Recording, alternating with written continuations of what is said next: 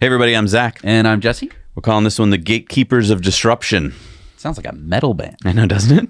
The Gatekeepers of Disruption! Yeah! So I've been alive during an amazing period of human history. So I'm officially a Gen Xer. I've lived through quite a few amazing technological advancements and disruptions. There is one generation, though, that has seen even more than I have, and that would be my parents' generation, the baby boomers. They were typically born after World War II, so the latter half of 1940s. Maybe you're one of them, and so maybe you'll get what I'm talking about here. Baby boomers have seen so much technological change in their lives. Their delta of change, I think, is the greatest of any people alive. So if you take any one particular sliver of their daily lives from when they were growing up in the 1950s until today, you have what seems like a head-spinning amount of change. Now, this is hard to grasp, so I'm going to just take a seemingly simple one piece of their life. I'm going to take something like watching a movie. Okay. In the 1950s, as my mom and dad like to tell me, you could bring a couple cans of lima beans from home and turn them in at the local cinema for a movie ticket to watch Errol Flynn or Humphrey Bogart up there on the silver screen. That was the only way to see a movie. And there were usually a few films in town at the time, so everyone had the same entertainment experience. The 1960s and the 1970s brought movies to television, with more and more people having color TV sets at home. But again, a very limited selection on just a few networks: ABC, CBS, NBC, and maybe a couple local UHF channels. I remember around 1983 watching The Movie Loft with Dana Hersey on Channel 38. Good evening, I'm Dana Hersey. Tonight, a very special Christmas Eve presentation here on TV 38 Movie Loft. Our feature, The Greatest Story Ever Told. The entire family would huddle around our 18-inch TV, or maybe it was 16-inch, I don't know what it was, pretty small.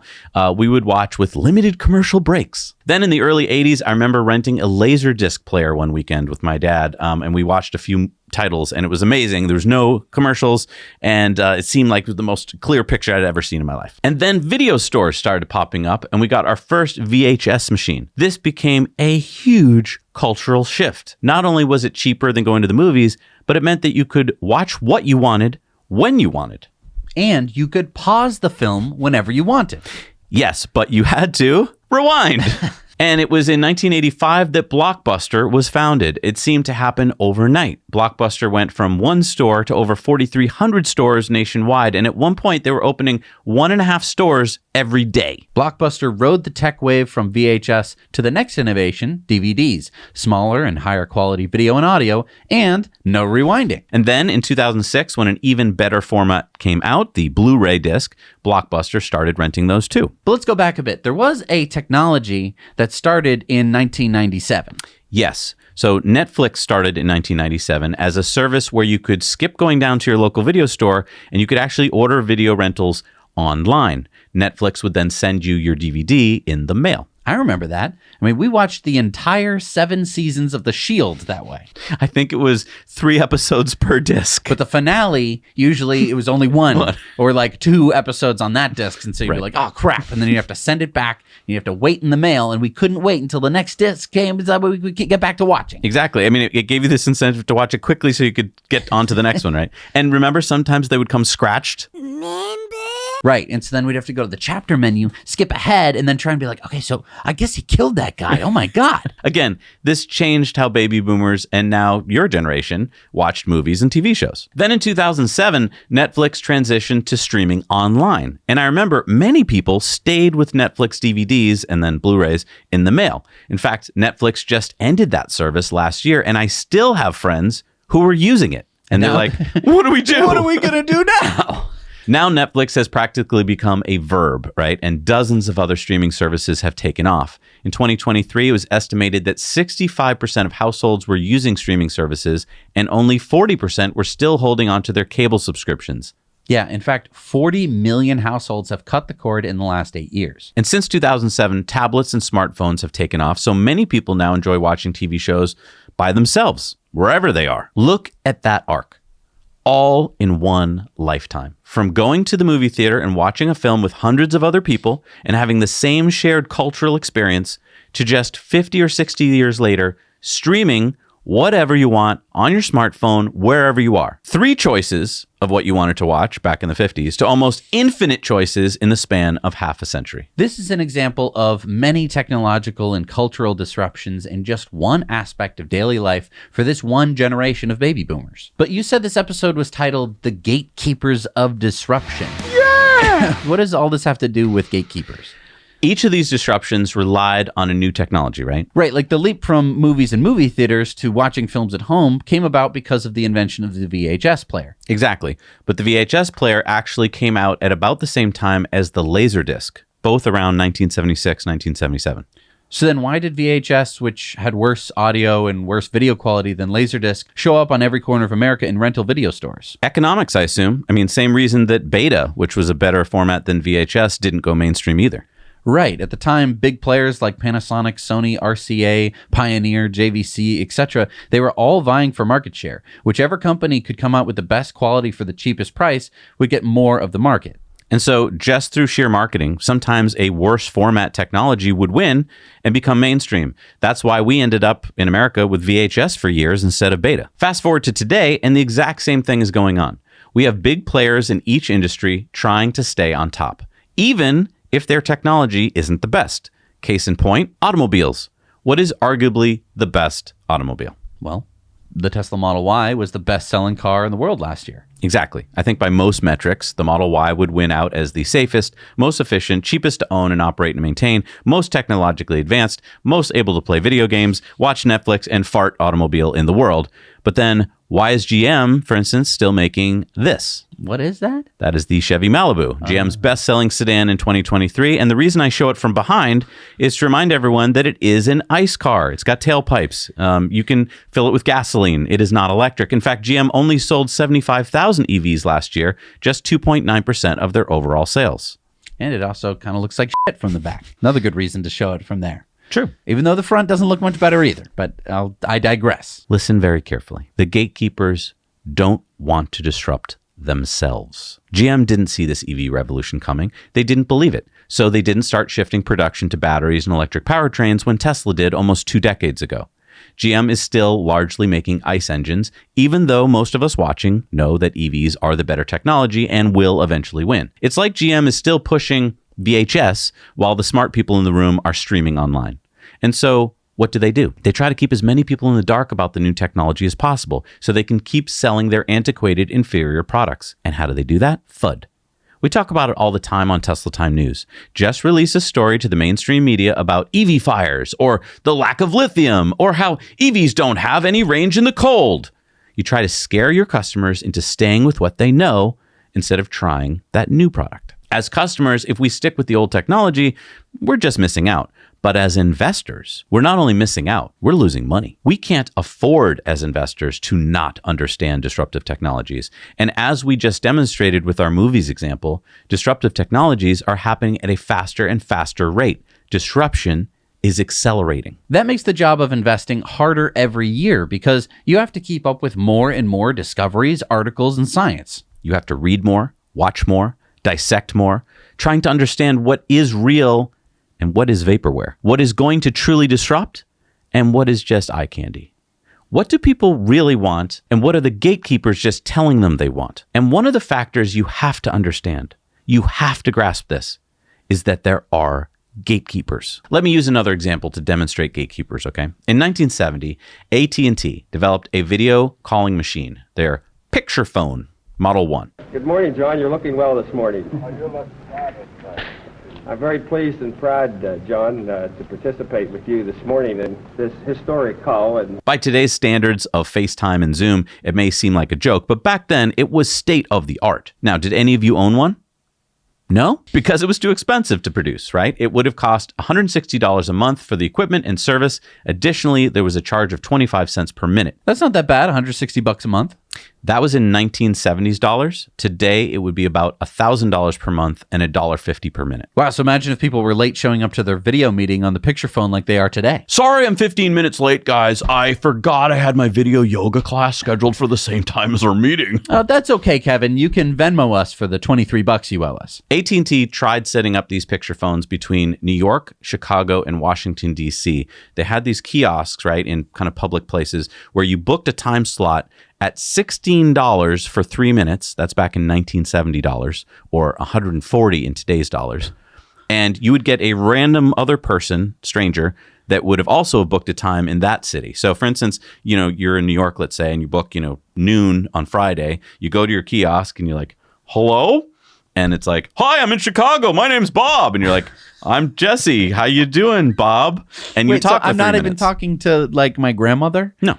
Okay. But the public wasn't interested, so AT&T shelved it. But then 2 decades later, AT&T went back into their archives and they revived it. Hey, Bob, look what I found. A picture phone Model 1 from 1970. That's cool. Let's see if we can update it and impress our boss. That's what they did. In 1992, AT&T unveiled the Video Phone 2500. It cost about $1,000 in 1992 dollars, or about $2,200 today. The good news is that it didn't cost anything more than a regular phone call to use it, meaning no extra charge like the original picture phone. But it had this tiny screen and it only had 10 frames per second refresh rate. Also, of course, the person you were talking to had to own one as well. And so I don't need to tell you, it didn't take off. Now, if I had been running AT&T back in 1970, well, I would have been an infant, so they probably wouldn't have let me. But if I had been running it, I would have marketed the picture phone differently so that by 1992, AT&T would have owned the video phone market. How would you have done that? We just said that the picture phone was wicked expensive to own and operate. Instead of setting up 3 kiosks in different cities and letting you talk to a complete stranger, I would have focused on law offices and corporate clients who really would have benefited from the service. I mean, imagine if you're a law firm and you have a client, in the West Coast, right? Mm-hmm. And you're in New York, and you want to have a video meeting. That's really valuable. So you're willing to pay for that, right? Because law firms have money. So if you started with some area where people had the money and very few of these phones would have been sold, then every year as the cost came down and the economies of scales expanded it, right? I would have marketed more and more to more businesses like hospitals, airports, resorts, hotels, right? They would have made good early customers. And then by the 1980s, as electronic components from Japan were getting smaller and cheaper, AT&T could have been a leader in the market, especially because they owned the IP. And they would have been selling to Japan. They would have said, well, our business partners in Japan, like, hello, good to see you. Like, that would have been a perfect application for this. Exactly. Instead of like, Bob, we're shipping you to Japan for the whole next 3 weeks. You're going to be talking to them and setting things up. Instead, the gatekeepers of this potentially disruptive technology showed it off at the World's Fair, did some typical corporate expos, and then mothballed it, citing low consumer demand. What if I'm right? And just marketing it to higher-end business customers first could have changed the trajectory of this product and service. How could this have disrupted the market and the culture? Instead, we had to wait 30 years until Skype first released its video calling software in 2003. Now, don't forget, Microsoft bought Skype for $8.5 billion less than 10 years later. Imagine how valuable 3 decades of video phones would have been to AT&T. And what if you had been an investor in 1970 looking to invest in disruptive technologies? I can see how I would have been fooled into thinking that AT&T was going to lead the charge into video phone technology. But I would have been wrong, wouldn't I? Not because AT&T couldn't develop the technology with their really smart engineers at Bell Laboratories, but because they didn't know what to do with the technology. They weren't forward-thinking enough to even know how to market it. They treated it more like a toy than a tool. 30 years later, Skype would prove that video calling was to become a disruptive technology, but the gatekeepers at AT&T dropped the ball. But I think that there is a value to failed or false products like the video phone, which could have been. But it didn't create anything. But it did. It created buzz. It ignited the imagination, just like it ignites yours now. And that's all they needed. Because as a consumer or an investor at the time, you would have been fooled into thinking that this company was going to be able to do this kind of magic. And that's what happens now. And I want to show you this Honda ad that I just saw because I got dragged into watching the Grammys this week, like I think a lot of you were. And you probably saw this ad and people went, oh, that's electric. Oh, that's a Honda? I heard someone say, oh, that's a Honda? They show you the evolution of their electric car program, even though they show 3 gas-burning cars and then their EV. Then ooh, did you spot that electric scooter that you can't actually buy that looks like a square? And then, ooh, what innovation is that? An electric plane? All these things are the video phone sprinkled in to make you think that Honda is this super innovative company when they're just as behind as the rest of the automakers. That's a really good point. I mean, Honda does this a lot, right? Where they show you, their robot through the ages, and they show you this and that are like, well, yeah, but what did you do with it? Nothing. We're Japanese. They're Japanese. They live in the future. They live in this technological future world where everyone rides on square-looking scooters. And this is kind of my point, right? Honda has had a robot since I was a kid, and they've never actually got it to market where it actually becomes a product that you've ever seen do anything, when all they had to do is even just get it to get your beer out of the fridge. That's not what no. Right. Tell me, really, truly, think back to when you saw a video of the robot and you went, wow, those guys at Honda are really, really smart. Right. And you probably went, my next car might be a Honda because of that. You didn't think that way. You weren't thinking specifically that way. But then some other time when they advertised to you and they got John Cena to advertise to you, you go, that's right. Those guys at Honda, they're really smart. They're working on lots of stuff. And I'm so lucky to have even just the car that they produce. And that's just from a consumer point of view. As an investor, you're thinking like, I should invest in Honda. Exactly. So wrapping up, disruptive investors, keep your eyes open for not just the technology, but the gatekeepers of that technology. People like Elon Musk seem to have a keen sense of not only what will be an important technology, but how to market it to make it economically viable. Elon didn't start by making a Nissan Leaf. He started by making a Tesla Roadster. He captured the imagination of car buyers and he captured their wallets. He continued with luxury sedans and SUVs, the Model S and X. Then with bigger and bigger volumes, he moved into more affordable sedans and SUVs, the 3 and the Y. And now he's about to disrupt the pickup truck market. Elon is a master at understanding how to disrupt a market, whether it's transporting people or spaceships or satellites or energy or AI or robots. Beware of the gatekeepers who keep the new technologies out because they haven't developed it or because they don't understand what to do with it. Thank you so much for watching, everybody. Make sure that you join our Patreon over at patreon.com/nowyouknow. There you're going to find our Patreon Investor Club. I think it's a super great value. It helps support us here on the show, and it helps you to be a better investor. We bring you all sorts of cool stuff like bonus investor videos every week, live streams where you get to meet CEOs and founders of companies, things that you just normally can't do as an investor. We think that it makes you a more informed investor, and ultimately, even if it brings you one good investment in your life, probably pays for itself many times over. Thank you so much for joining us. We'll see you next week on Disruptive Investing.